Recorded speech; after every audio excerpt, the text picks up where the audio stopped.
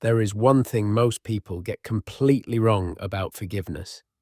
They think it is for the other person. It is not.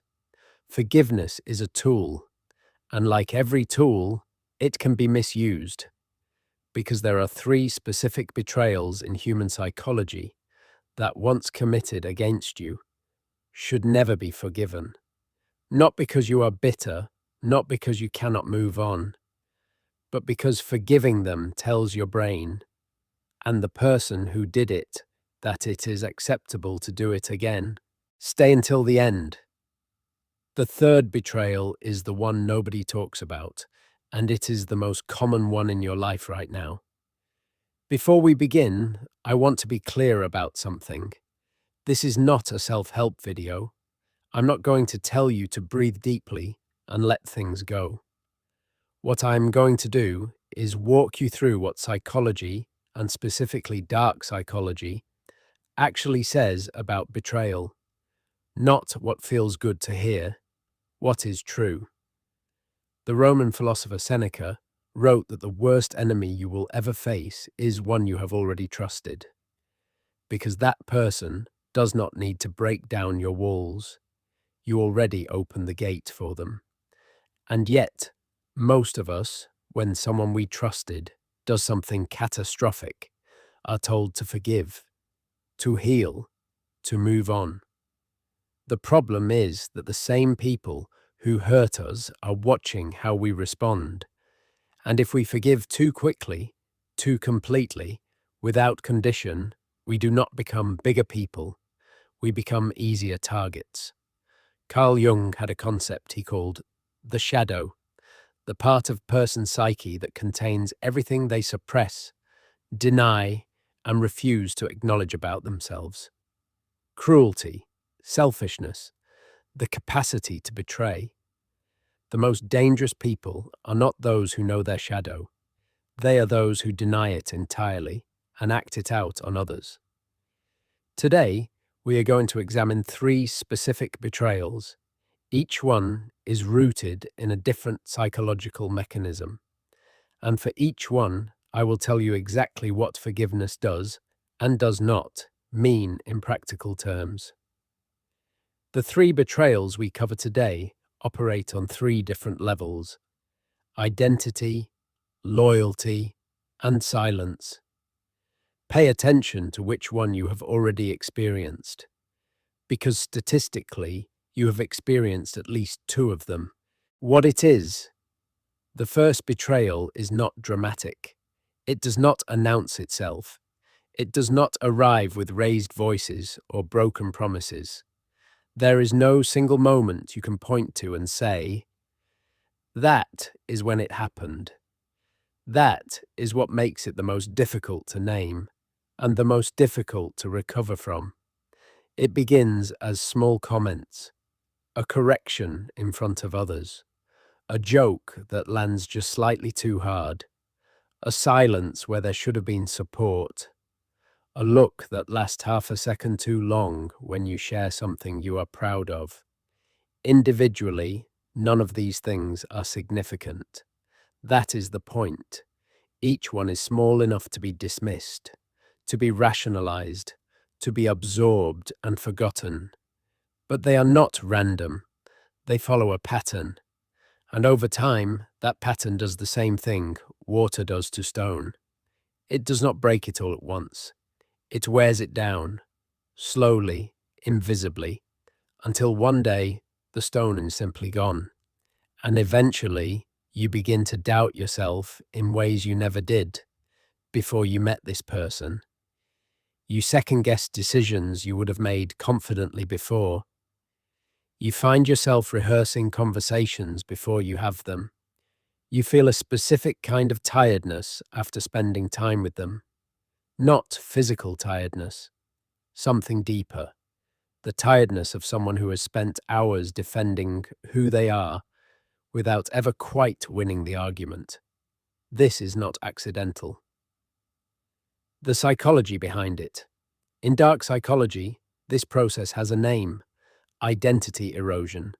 It is the systematic, often calculated dismantling of someone's self-concept, their confidence, their sense of their own competence and worth. The person doing it may not even have a clinical diagnosis. They do not need one.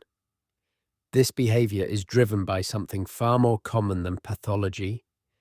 It is driven by the need for control. And here is what the research tells us about that need.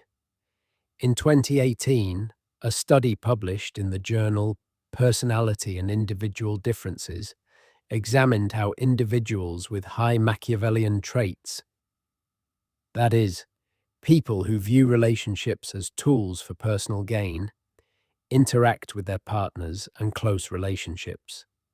What they found was consistent and disturbing.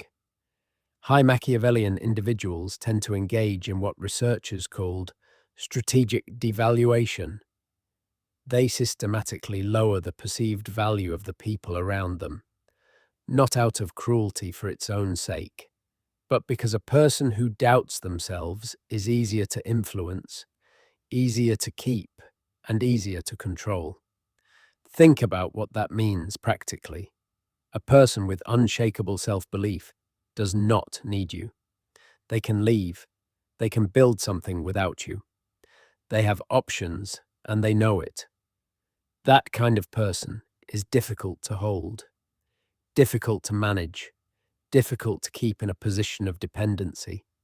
But a person who has been told repeatedly, subtly, often with a smile, that they are lucky to have you, that person stays.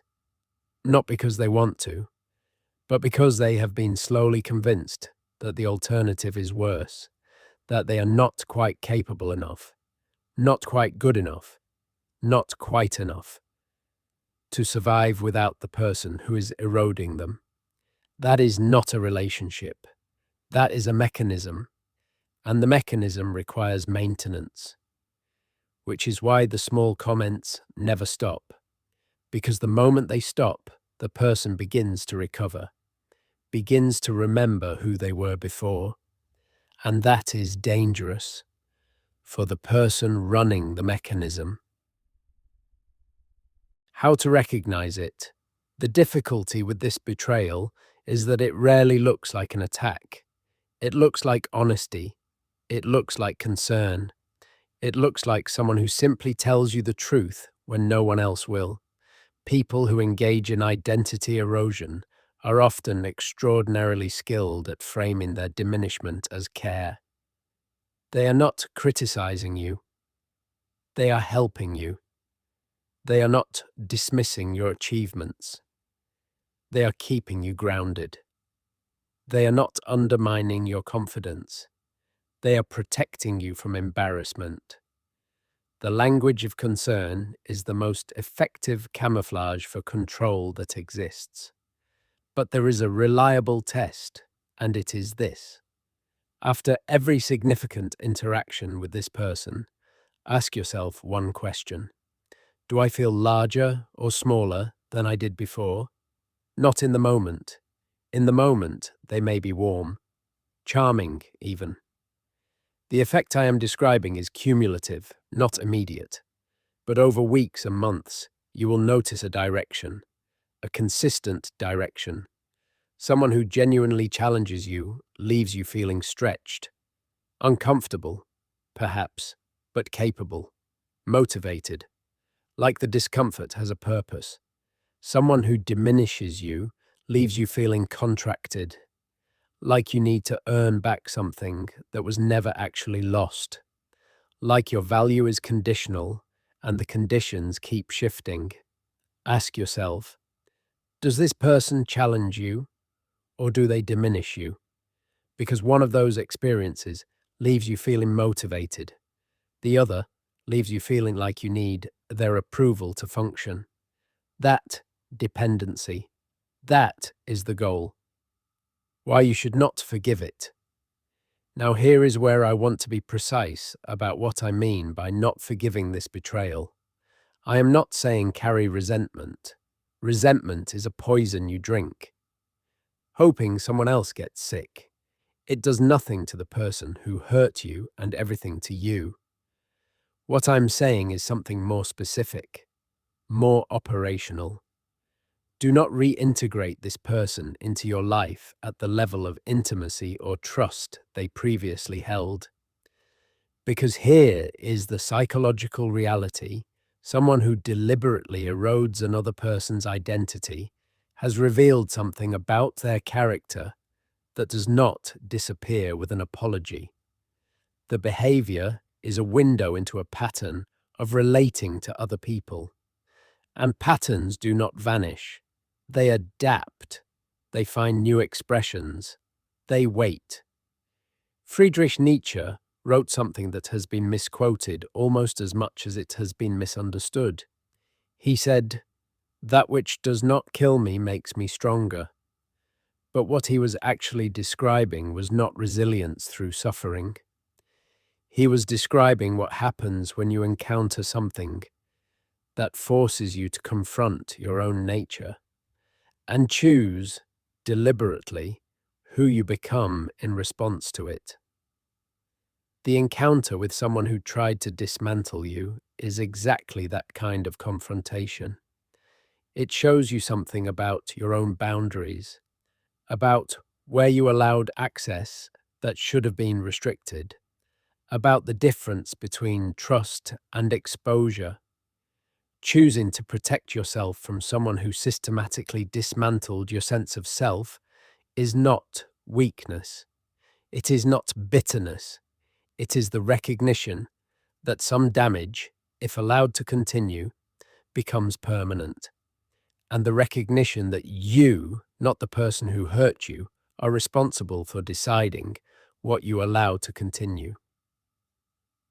We have covered the first betrayal, identity erosion. Now the second one is different. It is faster, more sudden, and it involves someone you trusted, not just with your self-image, but with your secrets. Betrayal 2, the weaponization of your vulnerabilities. The moment of exposure. There is a particular kind of conversation that most people have had at some point in their lives. It happens late at night, or after a long day, or in a moment of unusual closeness with another person. You say something you have never said out loud before, something about your fear, your failure, your shame, and the person across from you nods. They hold the space.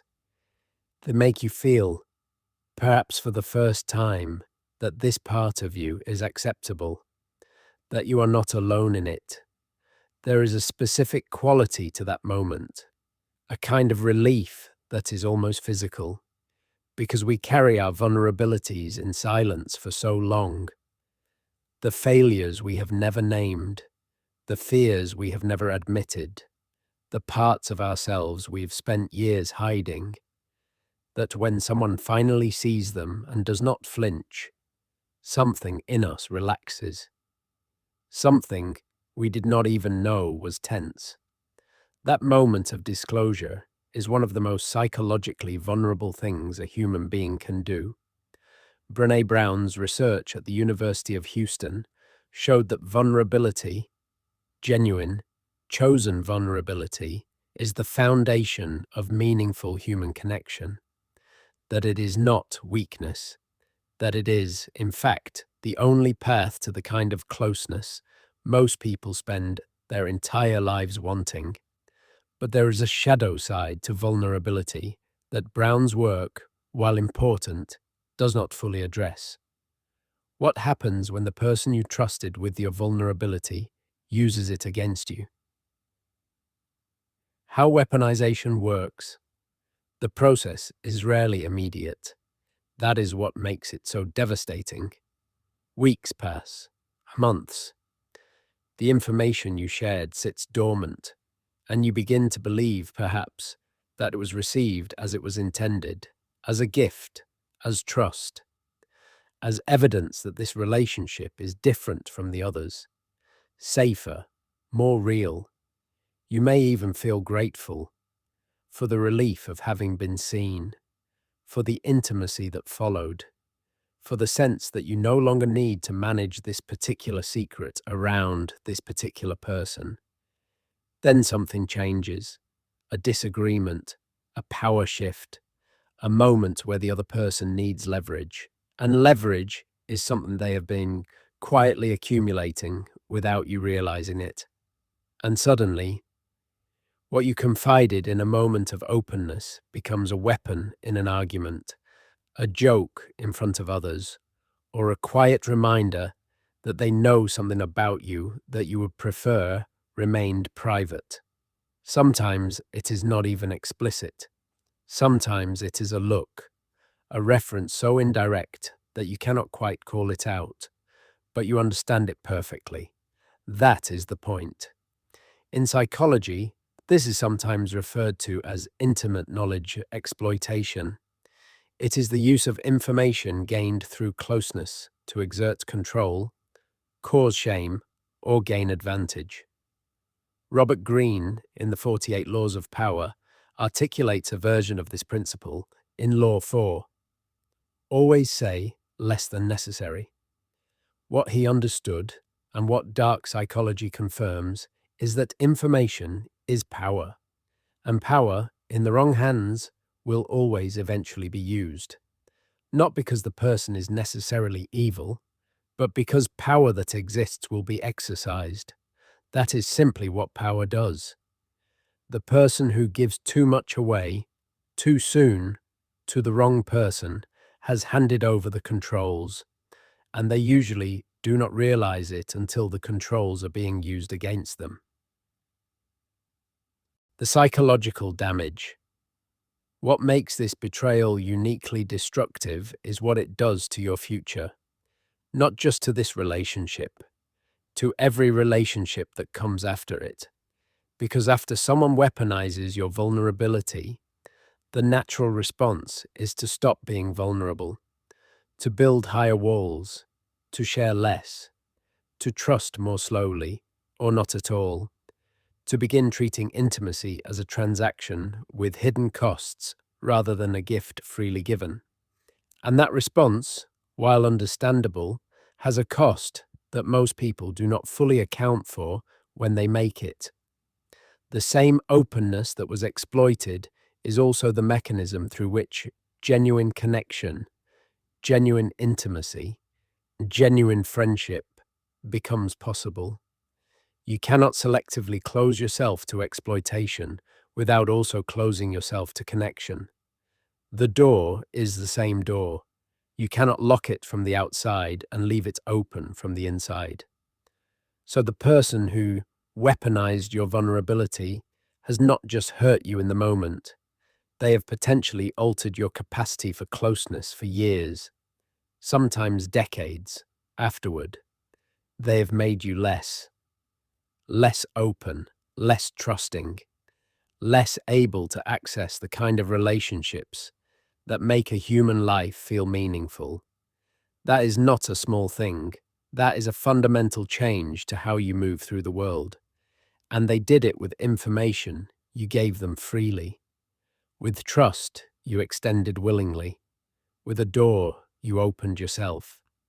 The difference between this and ordinary conflict, I want to be careful here, because not every argument that involves personal information constitutes betrayal. People fight. People say things they should not. People, in moments of anger, reach for whatever is nearby, including things they know will hurt. That is human. That is recoverable. It requires accountability and repair, but it does not automatically represent a permanent revelation of character. The distinction I am drawing is between that which is human and recoverable and the calculated, premeditated use of your disclosed vulnerabilities as a strategic tool. One is an emotional reaction, the other is a choice made in cold blood. And the way you tell the difference is this. Does the person who used your vulnerability against you show genuine remorse?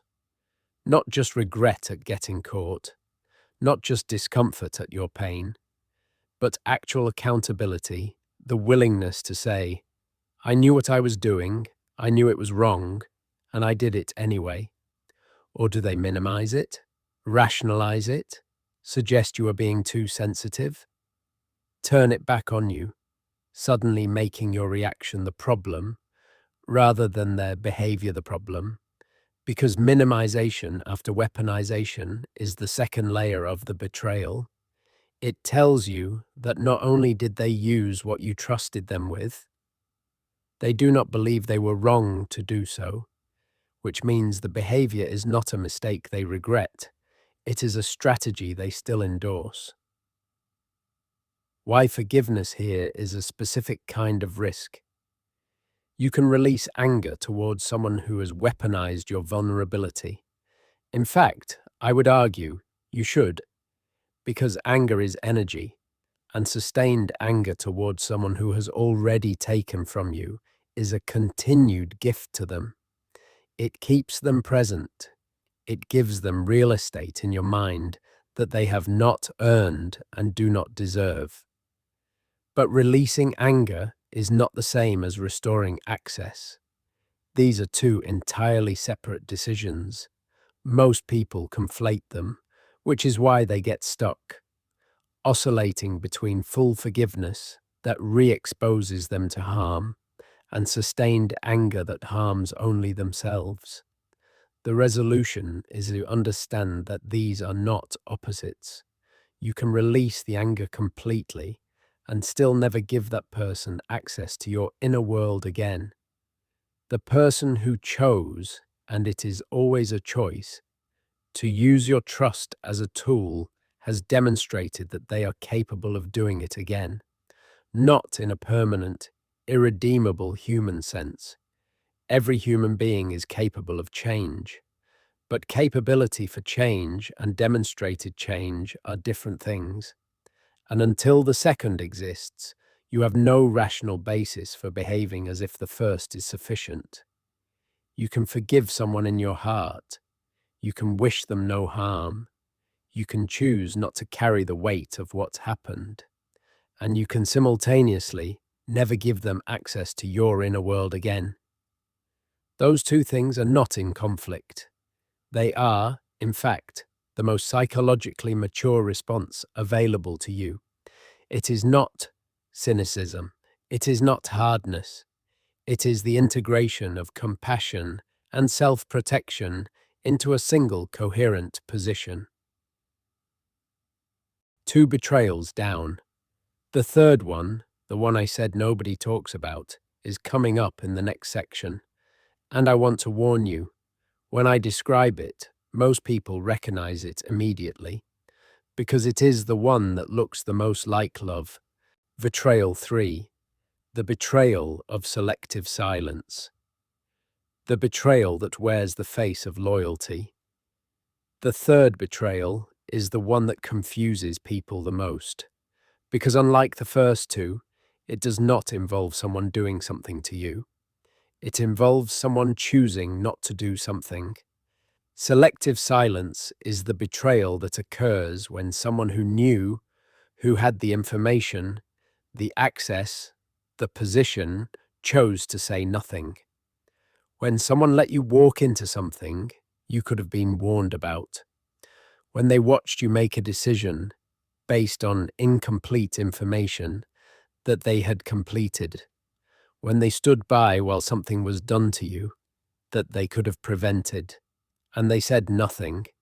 This is why it is the hardest betrayal to name, because there is no event to point to, no moment of action that can be clearly identified and confronted, only an absence, only the space where something should have been said and was not. And absences are extraordinarily difficult to prosecute. In relationships, in conversations, and in your own mind when you are trying to make sense of what happened to you. Why silence is a choice. There is a philosophical concept called an act of omission.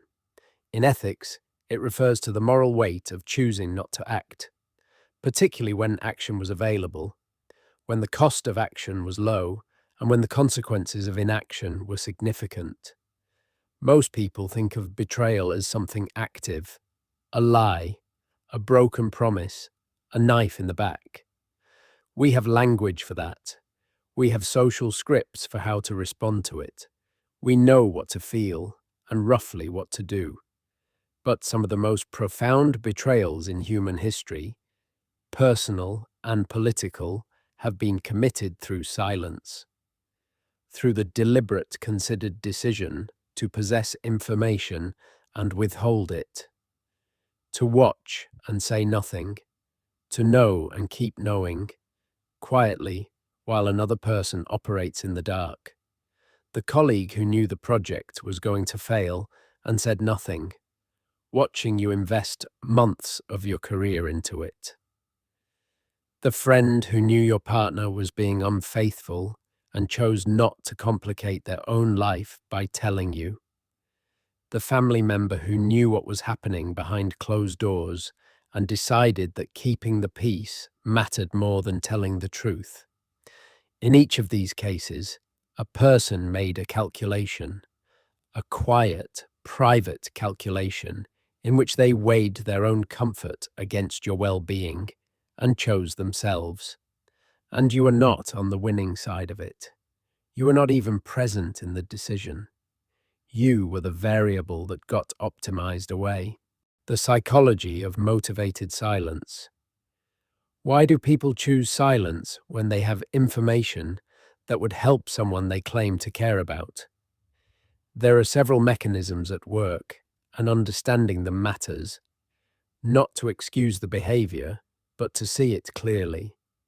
The first is self-protection. Speaking up is risky. It creates conflict. It makes enemies. It complicates dynamics that the silent person would prefer to keep simple. The person who stays silent often does so because intervention would cost them something. Social capital, a relationship, comfort, ease, and they decided their cost was more important than your outcome. The second is what psychologists call the bystander effect in close relationships. This is the lesser-known version of the phenomenon, famously studied by Latane and Dali after the Kitty Genovese case in 1964. In close relationship dynamics, it manifests as a diffusion of responsibility. The belief that someone else will tell you that it is not really their place, that you will figure it out on your own eventually. Each person in the circle assumes another person is handling it. And so no one does, and you remain in the dark, surrounded by people who know, none of whom speak. The third, and most insidious, is strategic silence. This is the calculated decision to withhold information because your confusion or disadvantage somehow serves them, not out of cruelty, necessarily, but out of a quiet prioritization of their own interests over yours, dressed in the language of not wanting to get involved. If you do not know the full picture, you remain more manageable, more dependent, less likely to make a decision that disrupts their position. Your ignorance is their stability. How to distinguish this from privacy? I want to address an obvious question. Is every piece of information someone withholds a betrayal? Of course not. People have legitimate reasons to maintain confidences, to stay out of situations that are not theirs to enter, to respect the privacy of others even when it creates awkwardness. There are genuine cases where speaking would cause harm greater than silence, where the information belongs to someone else and is not yours to share. These distinctions are real and they matter. The test for whether silence constitutes betrayal is threefold. 1. Did the person withholding the information understand the impact their silence would have on you? 2. Did they have a reasonable ability to speak without catastrophic personal cost? And 3. Would they have wanted you to speak if your positions were reversed? If the answer to all three is yes, then what you are dealing with is not a simple omission. It is not a grey area. It is a choice. a deliberate, informed, self-serving choice. And choices, not intentions, not explanations, not the story someone tells about why they did what they did. Choices reveal character. Why this one is hardest to confront. The reason the betrayal of selective silence is the hardest to process is that it is the easiest to rationalize, both by the person who committed it and by you. They will tell you they did not want to get involved, that they were not sure, that they thought you already knew, that it was not their place, that they were trying to protect you, that they were going to say something, just not yet, that the timing was never right. And part of you will want to believe them, because the alternative, that someone who knew you, who called themselves your friend or partner or ally, stood by and watched while you walked into something's they could see clearly, is genuinely painful to accept. It requires updating your entire understanding of that relationship, of what it was, of what it meant, of how much of it was real. That update is painful. It is much easier to accept the explanation, to decide that they meant well, that it was complicated, that you would probably have done the same. But here is what Machiavelli understood about loyalty, stated not cruelly, but with the precision that made him dangerous to comfortable thinking. A friend who will not act for you when it costs them nothing to do so is not a friend. They are an acquaintance wearing the costume of loyalty. They have the title without the substance, the warmth without the weight, the relationship without the commitment that makes a relationship mean something when it is tested, and silence in the moments that mattered, when you needed information, when the stakes were real, when a word from them would have changed everything, is the loudest thing some people will ever say to you. Listen to it. 3 betrayals, 3 different mechanisms, and now the part most people came here for. What do you actually do with this? The answer is coming, and it is more specific than you expect. What you do with this? Let me bring this to something you can actually use. You have now encountered 3 betrayal types: the deliberate dismantling of your self-image, the weaponization of your vulnerabilities, and the betrayal of selective silence. And across all 3, there is one thing I want you to understand with precision. Not forgiving these betrayals does not mean living in anger. It does not mean obsessing. It does not mean you become a closed, suspicious person who trusts no one. What it means, practically, operationally, is 3 specific things. 1. Update your model of that person. Whatever mental model you had of them before the betrayal, revise it. Not to make them a villain. People are complex. But to accurately reflect what they showed you, they are capable of. You do not need to hate someone to recognize that they have demonstrated, through their behavior, a pattern that is incompatible with genuine closeness. 2. Adjust access accordingly. This does not mean cut everyone off. It means calibrate what you share, how much you rely on them, and how much of your inner world they can reach. The person who eroded your self-image no longer gets proximity to your uncertainties. The person who weaponized your vulnerability no longer gets access to your confessions. The person who chose silence when you needed them to speak no longer gets the assumption of loyalty. These are not punishments. They are accurate adjustments based on actual data. 3. Refuse to explain yourself to anyone who does not deserve the explanation.